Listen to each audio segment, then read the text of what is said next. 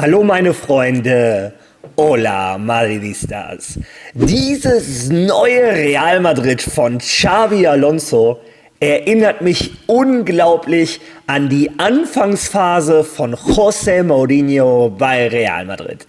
Ein junger, dynamischer Trainer, der gefühlt bei Real Madrid alles verändern möchte, ein ganz besonderes Feuer in diese Mannschaft bringen möchte, und das vermittelt ein Xabi Alonso bei jedem seiner Worte, und das hat er gestern auch getan in der ersten offiziellen Spielpressekonferenz vor dem Spiel heute gegen Al-Hilal. Ja, und ich habe mir für euch 4, 5 Fragen und Antworten von unserem Trainer rausgepickt. Die schauen wir uns zusammen mal an und analysieren die. Keine Sorge, für diejenigen von euch, die sagen, ich will aber die ganze Pressekonferenz von Xabi Alonso hören. Ich habe für euch die komplette Pressekonferenz auf Deutsch übersetzt, habe auch ein bisschen bereinigt. 2, 3 Fragen konnte ich leider nicht mit reinbringen, weil das AI-Tool das nicht gut übersetzt hat, weil auf einmal mehrere Stimmen auf einmal waren. Aber alles, was zu bereinigen war, ist bereinigt, und gleich im Laufe des Nachmittags werde ich die gesamte Pressekonferenz von Xabi Alonso auch hochladen auf Deutsch. Also wünsche ich euch dabei schon mal viel Spaß. Aber wir kümmern uns um 3, 4, 5 ausgewählte Fragen. Dann schauen wir uns auch das Training von gestern an, denn gestern hatte die Mannschaft hohen Besuch. Wir schauen natürlich auf die Club-WM, was ist passiert. Ich gehe auf die Zuschauerfrage ein. Und zu guter Letzt, natürlich gibt es auch wieder meine Aufstellung für das Spiel heute Abend gegen Al-Hilal. Nicht vergessen, es wird natürlich einen Livestream geben mit Verlosung etc. pp. Ich freue mich schon drauf und hoffe, dass wir möglichst viele heute im Livestream sind. Also sage ich einfach mal, viel Spaß beim Video.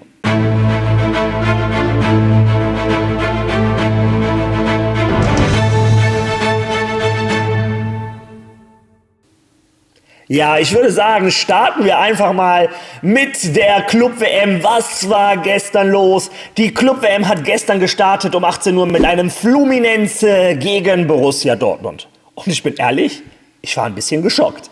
Man ist als Europäer so daran gewöhnt, dass die Champions League-Sieger immer wieder diese Intercontinental Cups am Stück gewinnen, ohne große Probleme. Naja, hier und da schon mal. Aber man hat vielleicht ein bisschen unterschätzt, dass da auch immer nur der Champions League-Sieger hinfährt, also die Creme de la Creme Europas. Und so Mannschaften wie Dortmund etc. und Inter Mailand gestern, aber auch, die wirklich auch sehr, sehr stark sind, versteht mich nicht falsch, aber vielleicht nicht so auf einem Niveau wie dieses Jahr in Paris Saint-Germain, formuliere ich es mal so. Ja, und Fluminense gegen Borussia Dortmund, die Brasilianer waren für mich die bessere Mannschaft, hatten die klareren Chancen. Also Borussia Dortmund darf sich über das 0:0 nicht beschweren, und wir Europäer müssen uns mal hinterfragen, vielleicht ist der südamerikanische Fußball gar nicht so weit hinterher, wie wir immer gedacht haben. Naja, danach ging es weiter für ein Spiel, was für uns Madridistas sehr interessant war. River Plate gegen Urawa Reds, und wir haben uns das Spiel natürlich wegen einer Person angeschaut, Franco Mastantuono. Und ich lüge euch jetzt nicht an und sage, der Junge hat die Sterne vom Himmel gespielt.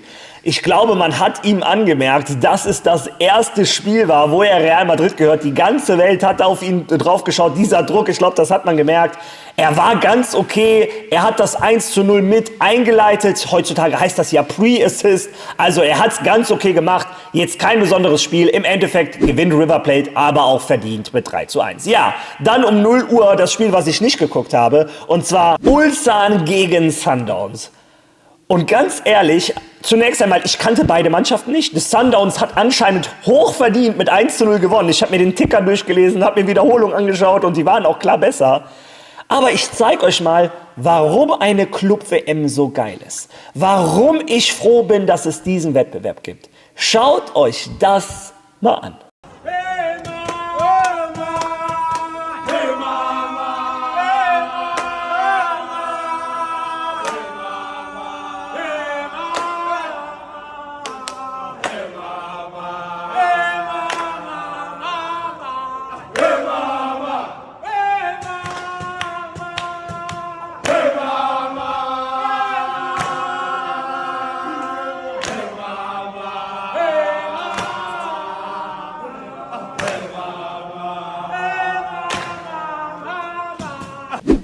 Das war die Mannschaft von Sundowns, als sie nach ihrem Sieg wieder im Hotel angekommen sind. Und wem das kein Lächeln ins Gesicht getrieben hat, dem kann ich auch nicht mehr helfen. Was für eine Freude, was für eine positive Energie. Sowas gibt es in Europa nicht. Und ganz ehrlich, um solche Kulturen kennenzulernen, um so etwas mitzuerleben, also deshalb sind solche Wettbewerbe wie diese Club-WM unbezahlbar. Also ich fand es wunderschön, ja. Und dann um 3 Uhr nachts, ich glaube, keiner hat es gesehen, oder wenn doch, lasst das in den Kommentaren. Monterrey gegen Inter Mailand, den Champions League Finalisten. Ja, und es gibt Sachen, die ändern sich nie. Sergio Ramos mit dem Kopfballtor zum 1:0 und er hat es danach gefeiert mit einem Sü. Also, geiler Moment für jeden, der ein Madrid-Herz hat.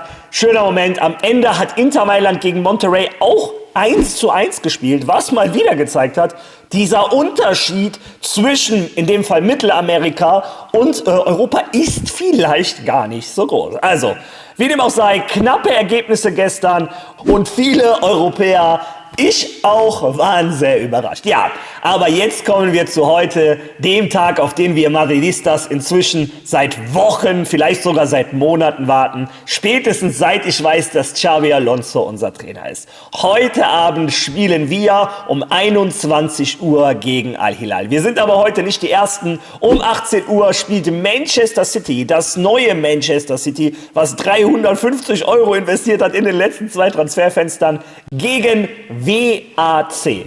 Fragt mich nicht, wer das ist, aber das ist das erste Spiel und danach spielen wir gegen Al-Hilal, gegen die wahrscheinlich stärkste Mannschaft aus Saudi-Arabien oder auf jeden Fall eine der stärksten Mannschaften. Auch gepickt mit guten Spielern, einige kennt man auch aus Europa, also es wird auf jeden Fall kein Spaziergang, aber ich hoffe einfach, dass die Mannschaft mit der neuen Illusion, mit dem neuen Feuer, was Xabi Alonso reingebracht hat, dass die heute uns Madridistas zeigen, dass diese Saison anders wird als die letzte. Dann im Anschluss spielt um 0 Uhr Pachuca gegen Salzburg. Also unsere Gruppengegner könnte für uns Madridistas auch interessant sein. Mal schauen, wie lange ich die Augen wach halten kann, um da nochmal reinzuschauen. Und dann um 3 Uhr morgens ist ein Spiel, was ich, wie gesagt, nicht schauen werde. Und zwar Al-Ain gegen Juventus Turin. Naja, sind wir gespannt.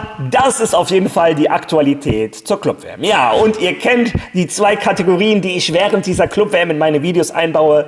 Die zweite Kategorie ist Zuschauerkommentare. Und in diesem Fall habe ich mir 2 Zuschauerkommentare ausgesucht. Der eine vielleicht aus etwas egoistischen Gründen, könnt ihr selber entscheiden. Und zwar ist das der liebe Fußball-Channel, der geschrieben hat: Du bist fast bei 10.000 Abonnenten. Komm, wir schaffen das. Ja, also die musste ich mir natürlich nehmen. Ja, es ist tatsächlich so, wir sind bei 9.700 irgendetwas. Also wenn dir Fußball-Content gefällt, wenn dir Real Madrid-Content gefällt, dann drück doch bitte auf Follow. Wir sind auf dem Endspurt zu den 10.000 und das wäre für mich eine Riesenfreude. Aber jetzt kommen wir zu einem anderen Zuschauerkommentar, der mich auch total begeistert hat. Und zwar vom lieben Monkey Day.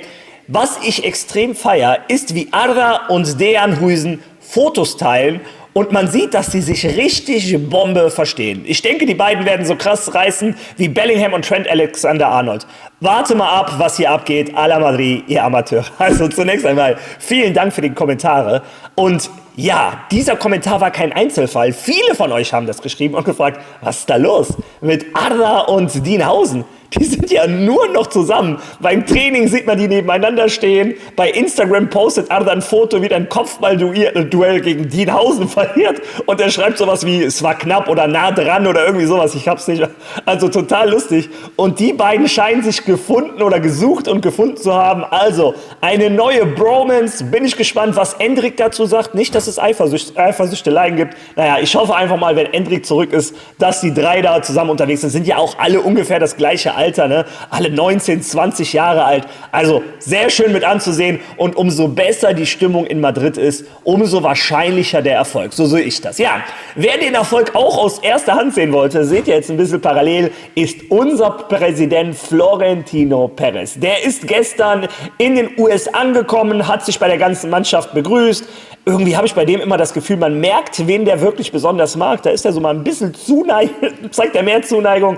Aber danach stand er auch auf dem Trainingsplatz und hat den Jungs zugeguckt. Also Florentino Perez nimmt diesen Wettbewerb sehr ernst. So ernst, dass er sogar in die USA fliegt, um bei den Spielen dabei zu sein, um der Mannschaft Kraft zu geben. Ja.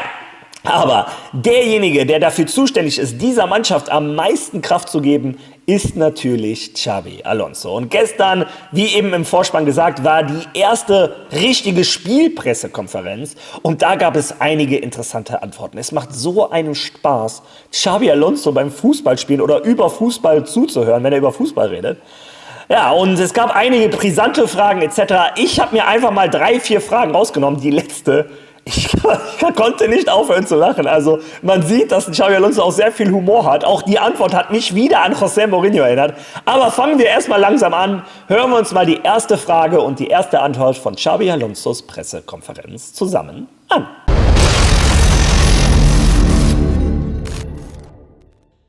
Wie geht es Ihnen, Trainer? Ich bin Edu Aguirre von El Chiringuito. Sie trainieren nun schon seit einigen Tagen mit Ihren Spielern. Was muss verbessert werden? Welcher ist der wichtigste Aspekt, den Sie gesehen haben, der unbedingt verbessert werden muss? Nun, wie Sie richtig sagen, sind wir jetzt schon seit einigen Tagen dabei und nach haben wir Leute zurückbekommen, nicht wahr? Die europäischen Nationalspieler sind zu einem Zeitpunkt dazugestoßen, als wir in Valdebebas waren.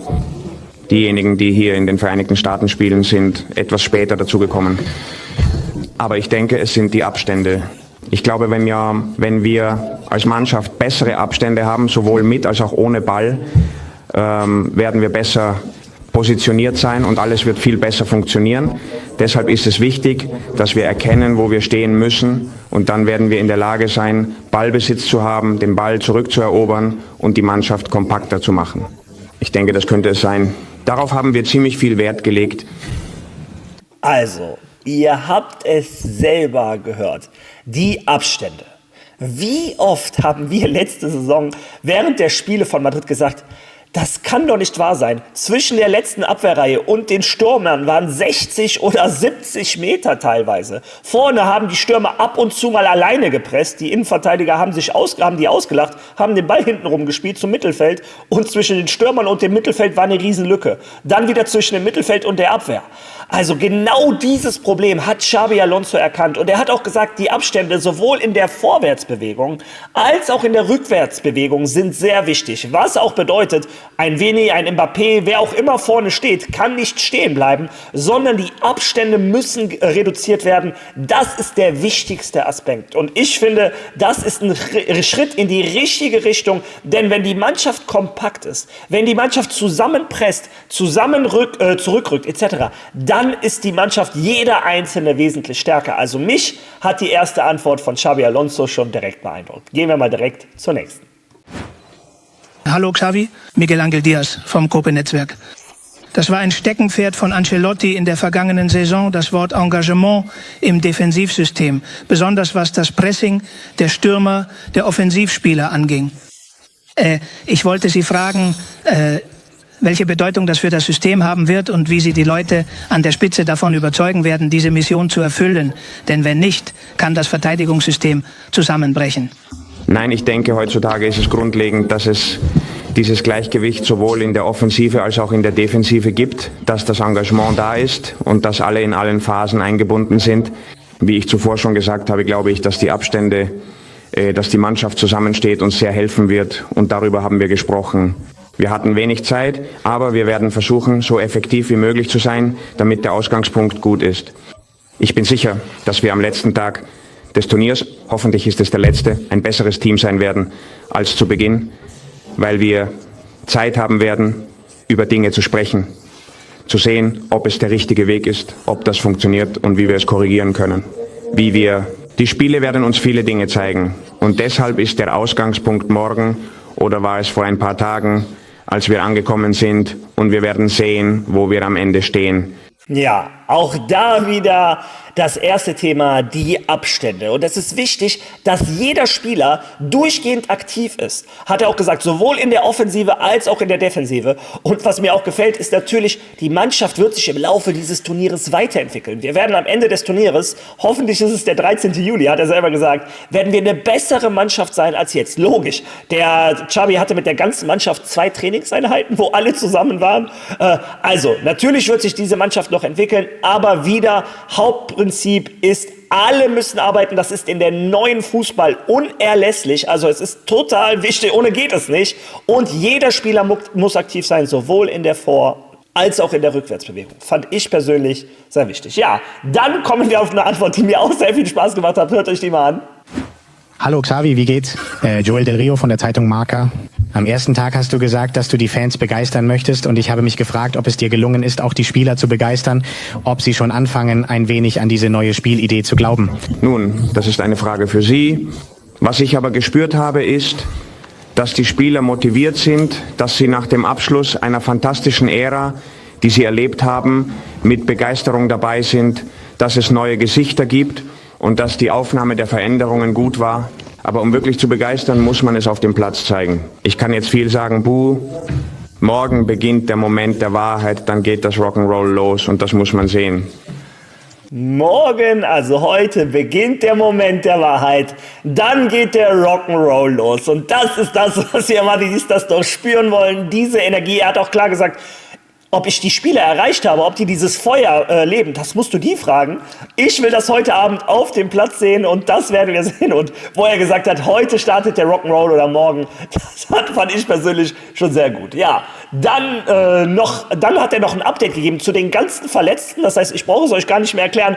Xabi Alonso hat eine komplette medizinischen Bericht gemacht, hat er am Ende auch selber gesagt. Hören wir uns mal an, wie es um die Verletzten steht, denn viele waren ja erschrocken. Kylian Mbappé hat gestern nicht mittrainiert. Also, was ist da los? Hallo Xavi, hier ist Abraham Romero, El Mundo. Ich würde gerne wissen, wie es Kylian geht, ob er morgen von Anfang an spielen kann oder vielleicht von der Bank kommt und wie die Situation bei den anderen Verletzten oder Angeschlagenen ist, besonders bei Rüdiger. Danke. Bei Kylian war es so, dass es ihm heute Morgen etwas besser ging, aber nicht gut genug. Deshalb war es fast besser, dass er gar nicht erst zum Training rausgeht, weil es, sehr heiß ist, wie ihr ja seht. Und wir schauen einfach, wie sich das Ganze entwickelt und wie er sich fühlt. Wir werden bis zum letzten Moment auf ihn warten. Morgen früh werden wir entscheiden. Und das gilt auch für die anderen Spieler. Alle sind natürlich motiviert, aber sie befinden sich in unterschiedlichen Phasen. Toni hat während der Saison eine enorme Anstrengung unternommen. Auch bei der Genesung hat er sich sehr angestrengt und er wird der Erste sein, der zurückkehrt. Ich weiß nicht, ob wir ihn morgen schon in den Kader nehmen, aber die Idee ist, dass er, wenn alles gut läuft, für das zweite Spiel im Kader steht. Bei den anderen muss man ein bisschen mehr Ruhe bewahren. Also Eduardo macht schnellere Fortschritte, als wir gedacht haben. Das ist eine gute Nachricht. Und bei Carva und Militão läuft es auch gut, aber sie brauchen wahrscheinlich noch ein bisschen mehr Zeit und David braucht ebenfalls noch etwas mehr Zeit. Ich weiß nicht, ob ich jemanden vergessen habe, aber gut, das ist der medizinische Bericht für heute. Ja, das ist der medizinische Bericht für heute. Bei Kylian Mbappé, Real Madrid schaut noch nach. Es ging ihm gestern schon etwas besser, aber die Mannschaft wollte nicht riskieren. Antonio Rüdiger ist der Erste, der wieder zurück sein wird. Aber er wird es vielleicht noch nicht in den Kader schaffen, vielleicht am zweiten Spieltag. Und das, was ich euch seit Wochen auf meinem Kanal sage, bei einem Militão, einem Dani Carvajal, auch bei einem Alaba, wird Real Madrid kein Risiko mehr eingehen. Was Madrid nicht mehr möchte, ist diese Dauerschleife an Verletzungen. Dann lieber eine Woche oder einen Monat sogar länger warten, bis die Spieler wirklich wieder bei 100% sind, bis sie sich auch wieder daran gewöhnt haben, beide Beine gleich zu belasten. Ich sage es immer wieder, nach einer langen Verletzung, wenn du ein rechtes Knie kaputt hast und du bist ein Mensch, dann belastest du dieses rechte Knie nun mal nicht so sehr. Du konzentrierst dich ein Jahr während der Genesung, belastest du das andere Knie oder das andere Bein unterbewusst immer ein bisschen mehr. Deshalb führt es nach so Verletzungen oft zu Verletzungen am anderen Bein. Das ist ein blöder Kreislauf. Real Madrid möchte aus diesem Kreislauf ausbrechen und deshalb lässt Real Madrid der Mannschaft Zeit. Und ich finde es gut, dass der Trainer den medizinischen Bericht übernimmt. Ja, und angepasst direkt an diese Antwort, also es gibt noch eine Antwort, die kann ich euch versprechen, die ist extrem lustig, hat mich extrem an José Mourinho erinnert. Die lassen wir fürs Ende des Videos, denn jetzt würde ich sagen, machen wir doch einfach mal die Aufstellung. Denn ich habe es noch nie erlebt, dass Cadena Ser, Marca und AS alle die exakt gleiche Aufstellung für heute Abend vorausgesagt haben. Und deshalb machen wir es mal ein bisschen anders, obwohl es ist nichts anderes, denn das ist auch noch die gleiche Aufstellung, die ich euch sowieso nennen wollte. Also, ich liege zum ersten Mal, das gab es unter Carlo Ancelotti noch nie, ich liege genau gleich mit Marca, AS und Cadena Ser. Also das wird sehr wahrscheinlich die Aufstellung heute Abend.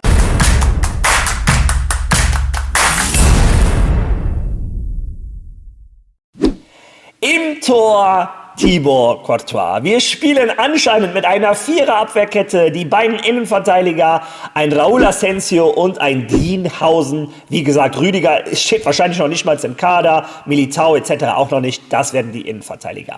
Rechter Verteidiger Trent. Carvajal haben wir Xabi Alonso gerade selber gehört. Linker Verteidiger Fran Garcia. Wir haben einfach keinen anderen, also da gibt es keine große Diskussion.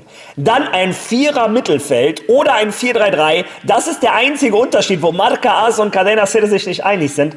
Ich werde mich auf ein 4-4-2 in meinem Kopf einigen oder vorschlagen. Die zwei defensiveren Mittelfeldspieler im Zentrum, ein Fede Valverde und ein Aurélien Tchouaméni. Die anderen beiden Mittelfeldspieler, die ich auf so einer 4-2-2-2-Position spielen lassen würde, wären links vorne ein Jude Bellingham, rechts vorne ein Arda Güler.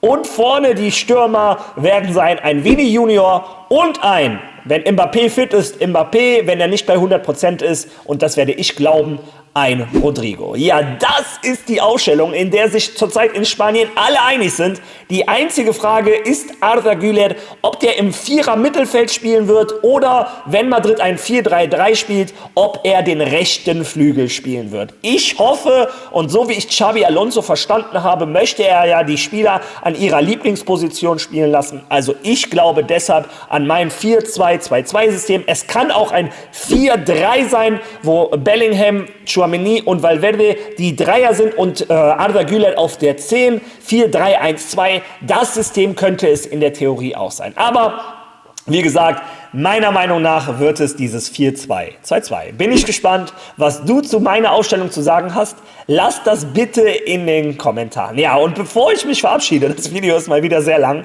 aber bevor ich mich verabschiede, eine Antwort von Xabi Alonso. Die Pressekonferenz lag danach erstmal 30 Sekunden, haben die sich kaputt gelacht. Ein argentinischer Journalist hat gefragt, was ein Xabi Alonso zu den Aussagen von Gallardo zu sagen hat, dem Trainer von River Plate. Denn der Trainer von River Plate hat gesagt, ja, wir sind schon bewegt von dieser Nachricht von Franco Mastantuono. Also, bevor ich zu viel verrate, hört euch die Antwort von Xabi Alonso einmal an. Xavi, wie geht's?